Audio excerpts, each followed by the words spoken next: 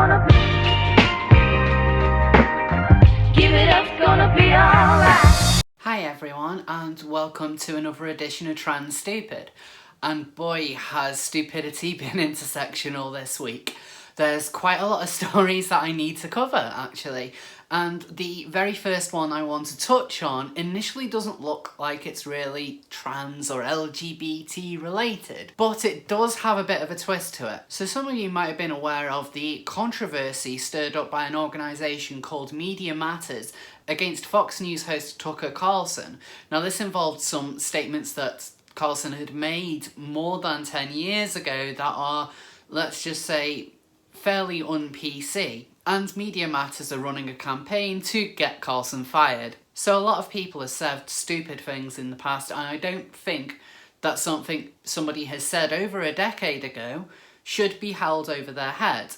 Media Matters disagree, so hopefully they're going to be whiter than white, aren't they? Except no, they're not. So the Daily Caller actually dug up a little bit of information on Media Matters, and it turns out that their president Angelo Carusone actually wrote blogs about trannies, as well as using anti-Semitic slurs against Jews and referring to the Japanese as Japs. They write, Media Matters president Angelo Carusone is currently leading a boycott campaign against Fox News host Tucker Carlson. But Carusone has his own track record of inflammatory statements. His now defunct blog included degrading references to trannies, Jewry and Bangladeshis. They go on to say he posted a lengthy diatribe in November 2005 about a Bangladeshi man who was robbed by a gang of transvestites, and he was so offended that the gang was apparently described as attractive. He says, "Did you notice the word attractive? What the F is that doing in there? Is the writer a tranny lover too? Or perhaps he's trying to justify how these trannies tricked this Bangladeshi in the first place. Look man, we don't need to know whether or not they were attractive. The effing guy was Bangladeshi." Carusone also chided police for not advising the public to stay away from tranny bars, stay away from places where Eddie Murphy and Robbie Downey Jr. have or are visiting. Don't effing kiss a transvestite. Don't bring a group of transvestites back to your room, etc, etc. And the post is titled, Tranny Paradise. Well, this isn't very woke, is it? He also claimed his boyfriend at the time only leaned conservative as a result of his possession of several bags of Jewish gold, and also said that despite his Jewry, you know he's adorable. These really aren't the wokest takes, are they? So the Daily Caller isn't exactly in a place for calling people out for saying mean things about trans people. Last year they wrote an article about Blair White being attacked for wearing a MAGA hat. They initially referred to her using the correct pronouns, but they then edited it after they discovered that she was trans because their policy is to only refer to trans people by biological pronouns. But this is about the hypocrisy of a group set up specifically to target people they don't politically like and get them removed from their jobs, not being quite as clean as they make themselves out to be. Some parts of the gay press were quite eager to call out Carlson when it came out that he had said some homophobic remarks more than a decade ago. So did they take the same stance against the president of Media Matters? Of course not. In fact, none of them commented on it at all. So the reason why I'm bringing this up is there is a massive double standard here. If this was a conservative that was making these remarks, you know there would be outrage. If this was someone who was even a centrist, it would be a scandal. But the right politics can protect people, and in this instance, if we're going to be following what Media Matters believe, he should be fired. Now, I don't think people should be fired for expressing remarks, and certainly not from 10 years ago. He should keep his job, but I think he should be careful in the future not to go after people when he's been saying things like this. Now, the next thing I want to talk about is actually still on the same wavelength of wanting to get people removed from their jobs for having the wrong views. And this involves Labour's LGBT plus advisor Anthony Watson for an open letter that he wrote a couple of days ago with quite a sizable number of signatories, known as GwiththeT, in which they are pledging support for the trans community. The letter itself is admittedly quite tame and doesn't really say anything. Watson writes, "I am writing this letter alongside many other gay men of different privileges. Just as lesbians have shown their support through #LWiththeT, we now stand in public solidarity with our trans siblings. As gay men, we have watched in horror at the cruelty inflicted upon the trans community. We are outraged. The most vulnerable people in our society are marginalised, scared and endangered. Trans communities, and in particular trans children, are under attack on a daily basis. What do trans people want? They want the right to live their lives in peace, to be free from violence and discrimination, and to enjoy equal protection under the law. What they want, in short, are the same basic protections and rights we as gay men enjoy. This doesn't really say anything. Transsexual people have had a lot of rights for a very long time. They're not talking about anything which we are denied that other people have over us. They're yet again bringing up this rhetoric of us living lives filled with violence, that we can't seem to step outside without abuse or punches being thrown our way. This just adds to the hysteria that the trans community seems to live off, that our lives are a living hell, and this simply isn't true. The letter talks about the Stonewall riots, and it also mentions that they support proposed changes to the Gender Recognition Act, which I don't think are actually going to be going through at this point. The letter ends with Watson saying, "Trans people are by far the most at-risk section of our community, and media coverage of trans people is toxic, relentless and inaccurate. I want to be absolutely clear. Trans men are men. Trans women are women. Non-binary identities are valid. Trans rights are human rights." These are all just generic statements. I don't see anything particularly controversial about it, although certainly I have some issues. In particular, all non-binary identities are valid. I think you guys know exactly what I'm about to say.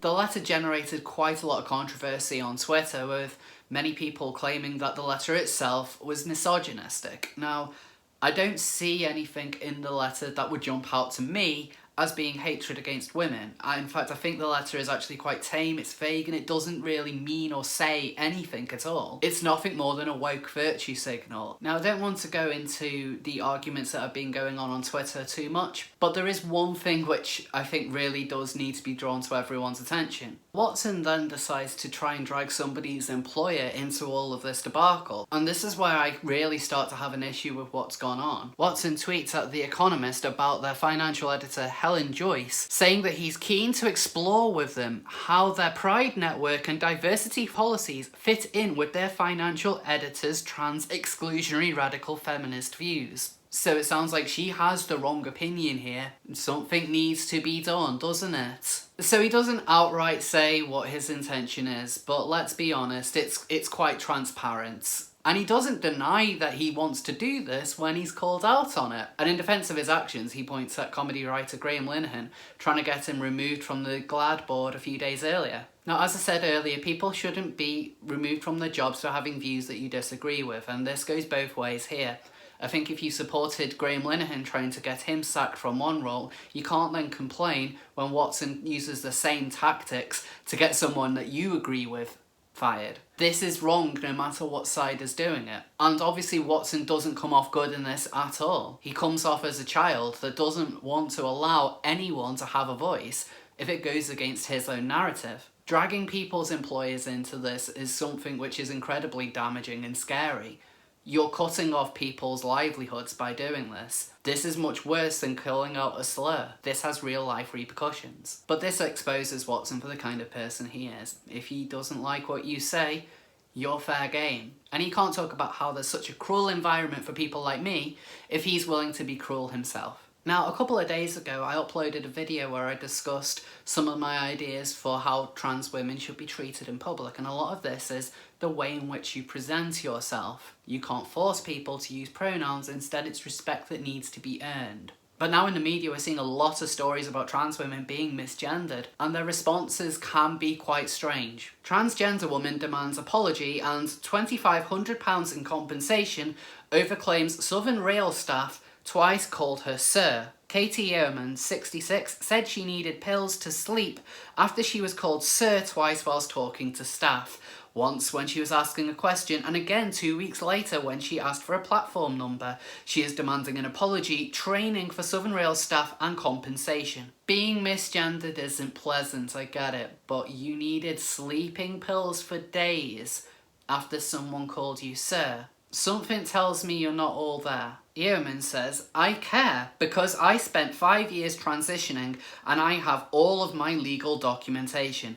So whether people like it or not, I am a woman and I expect to be treated as a woman. I don't expect to be treated as a man. I find it insulting how people will call me sir and find that acceptable. As you can see from the photos, I always present myself as very female. If you put effort into a transition, then I agree that people should be referring to you as a woman rather than a man. Why are people misgendering her? Now, personally, I don't think she looks too bad in the pictures that the Daily Mail has provided here. In fact, this seems fairly normal. And if I was to see her, I probably would be referring to her as a woman. But as she says, she spent 5 years on this transition. So I'm sure she has everything sorted out. I mean, she has the hair, the actual look. But I'm sure her voice work is really on point. But here's a recent video of her so we can actually see just how much hard work she's put into this. So I'm sure it's brilliant. In 2014, a friend of mine invited me to a fancy dress party. And he said, well, why don't you dress up like a girl? Oh, for God's sake. Look, voice work can be tricky, but it's really important to do it. If you sound like a man, people are going to refer to you as a man. Voice is very, very important for perception. All of this can go in an instant if your voice drops several octaves. It doesn't matter how well kept your hair is or whether you have the right documentation. If you sound like a bloke, people are going to instinctively think that you are a bloke. This complete lack of effort on voice work is something that generally annoys me when it comes to a lot of transitioners. It's very important. It's tricky. I completely get that, but you gotta put in the legwork. You can't force people to magically accept a deep voice as being a woman's. It sounds completely different. And this reminds me very much of Amy Challoner, who a few years ago complained to TfL because someone misgendered her over the phone. And as a result, they no longer say ladies and gentlemen, because one person can't be bothered to do any work themselves. So everybody else has to change. The piece goes on to say that she began her transition after realising she was transgender at a fancy dress party in 2014. Fancy dress party. Okay. The piece ends by saying that she believes it's her duty to stand up for other trans women. The resolution I'm looking for is an apology. I also want reassurances that their equality and diversity training is up to scratch. In view of the stress and anxiety this case has caused me, I am seeking compensation. Forget the apology, it's the latter two things that she wants. She'll be able to go out into the community and call herself an activist and be able to say, look how much hard work I do. I moaned and I managed to get Southern Rail to put in an equality and diversity training scheme. They wouldn't have done that if it wasn't for me. I'm making such a big difference. I'm an activist. And of course she wants compensation for what must have been an incredibly distressing time. I'm pretty sure that her therapist said the only way she could move forward is by £2,500 in cash. I know I'm sounding very harsh here, but these kinds of stories do generally annoy me. It's not nice when you're misgendered. I completely understand. But you seem to be running with this narrative for personal gain. You've not done everything in your transition, so this is going to happen more and more. If this was such a big deal, you would work on your voice. And now it's time for some NB news. This a few years ago, nobody even knew what this term was, and now you can't escape from it. And another celebrity has come out as being NB. So who is it this time? Oh, it's Sam Smith, who says he's not male or female. Neat. In an interview with Jamila Jamil, Smith says, I have always had a little bit of war going on within my body and my mind.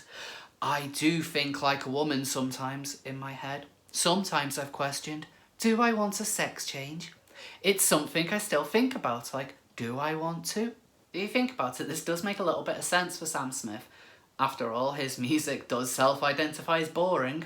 So in order to give himself a bit of personality, he's going to have to come up with something, isn't he? Sam says listening to conversations about being non-binary made him realise that was how he identified. I'm not male or female. I think I flow somewhere in between. It's all on the spectrum, he says. He added that he had always resented being feminine in many ways and describes being non-binary as being your own special creation. Well, there's certainly two interesting takes from this. First of all, it does appear that NB is more of a virus than anything else. Everyone who seems to come in contact with these queer communities eventually catches the NBs, and Sam Smith isn't impervious to it. But being non-binary as his own special creation, I mean, this is NB in a nutshell. You got to be your own special little snowflake, and you got to be completely unique, and you're not like everyone else, even though everyone needs to accept you, and everyone needs to be supportive, and you are just as valid as everyone else, because you identify as the moon. The BBC discuss a couple of other non-binary people who exist between genders, including someone called China.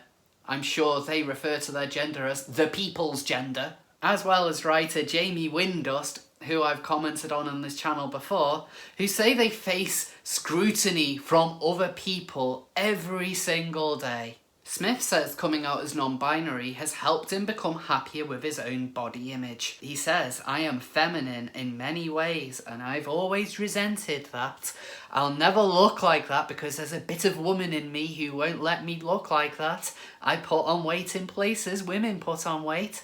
That springboarded everything, actually. That's me looking at myself in the mirror and thinking, maybe I'm not a man, maybe I'm not a woman, maybe I'm just me.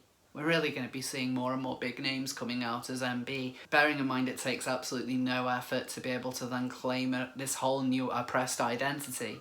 And it's a great way of building more publicity for yourself. It certainly gets cred with the kids, don't it? But this is yet another big name person who's going to be the go-to person when it comes to trans issues. We get to talk to a big name NB who probably is not going to change their appearance in any way except for maybe wearing a dress every now and then and flouncing around and not taking hormones, or maybe taking hormones for a week and then stopping because it wasn't quite what you expected. I also find it interesting that the BBC's article uses him pronouns. Maybe that's just another sign that actually he's not going to bother putting in any effort at all, and just being able to refer to yourself as non-binary is enough. I mean, that really does seem to be it, to be honest. But I do think a lot of this is nothing more than a trend, and it's one of the reasons why I try and distance non-binary from transsexual as much as I can. I'm not saying people who consider themselves non-binary do not have gender dysphoria. There are clearly some who do. But let's face it, that's kind of few and far between. Now, I've covered quite a few different stories this week, and quite a few of them have been quite a bit daft. Unfortunately, this last one doesn't really have any kind of funny side to it whatsoever. In fact, it's pretty infuriating.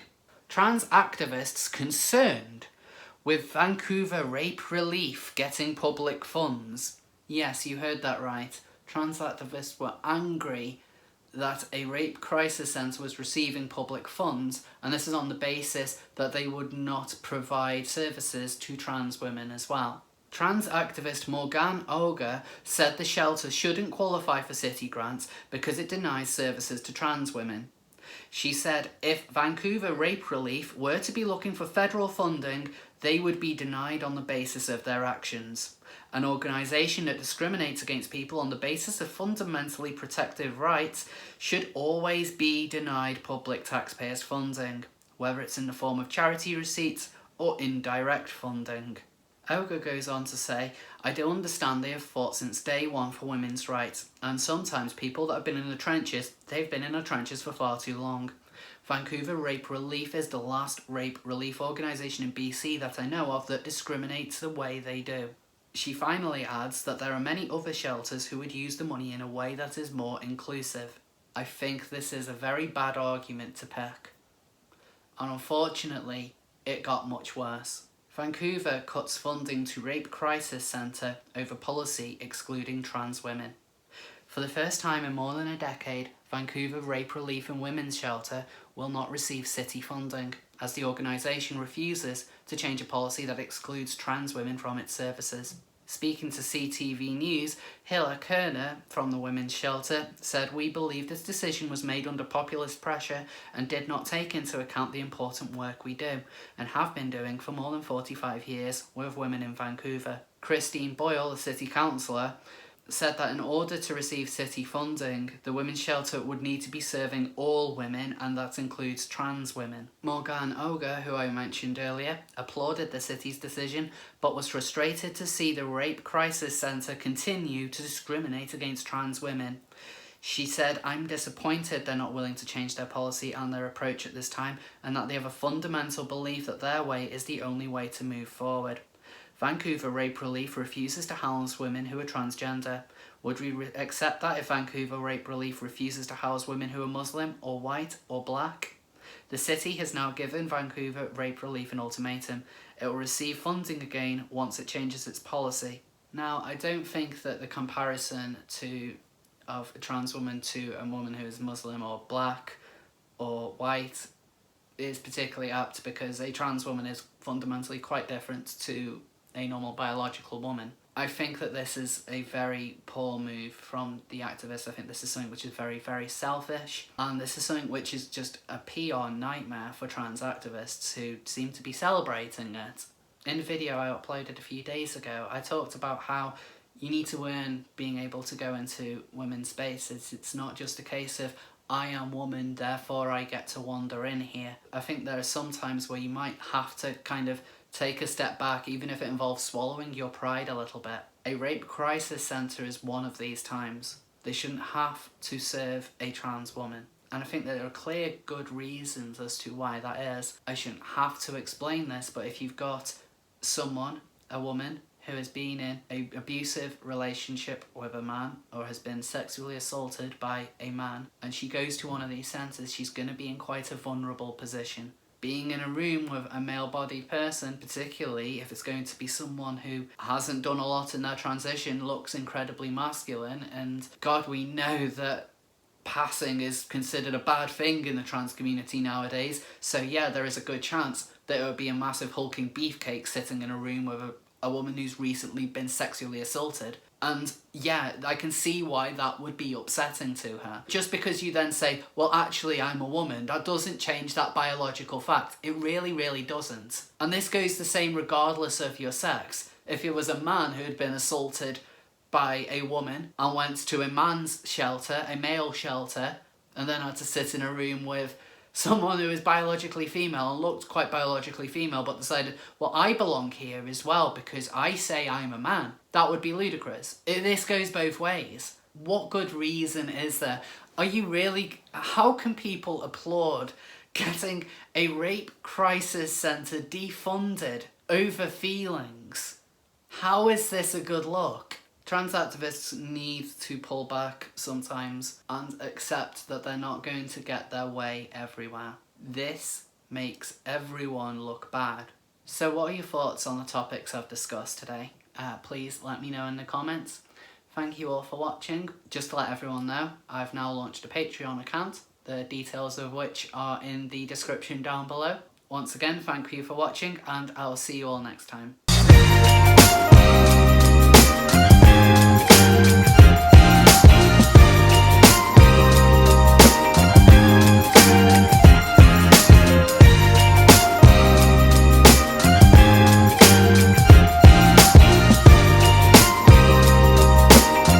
Give it up's gonna be alright.